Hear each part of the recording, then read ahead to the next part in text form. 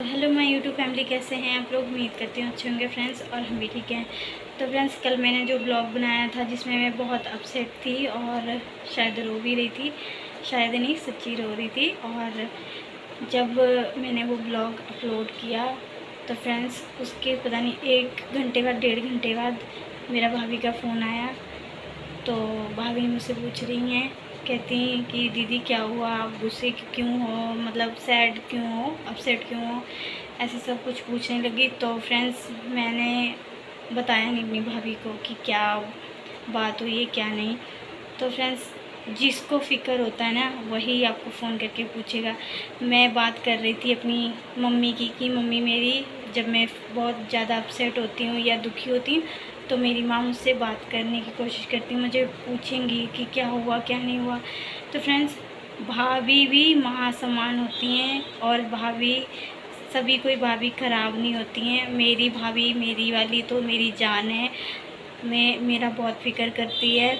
तो ऐसी भाभियाँ भगवान करे सबको मिलें, क्योंकि पता क्या होता है कि मैं भी उसका बहुत करती हूँ, भाभी का अपनी बहुत मान करती हूँ। मेरी भाभी है, चलो मुझसे छोटी है, पर मैं इज्जत बड़ों जैसी अपनी भाभी को देती हूँ।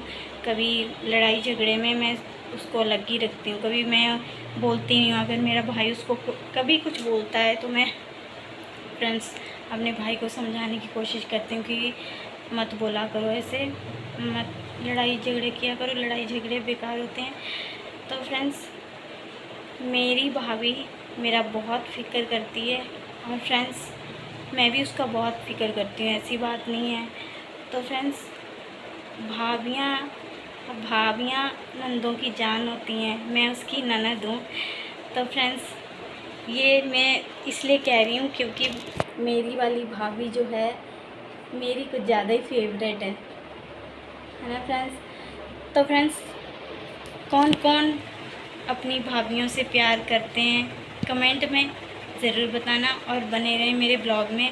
तो फ्रेंड्स शाम के बज गए हैं 8:30। तो मैंने सोचा कि कल के जैसे मैंने जो वीडियो बनाया था तो मैं अपलोड कर दूं, क्योंकि मेरी भाभी कुछ ज़्यादा ही अच्छी है। तो मुझे सच में वो बहुत अच्छी है, फ़िक्र मेरा बहुत करती है।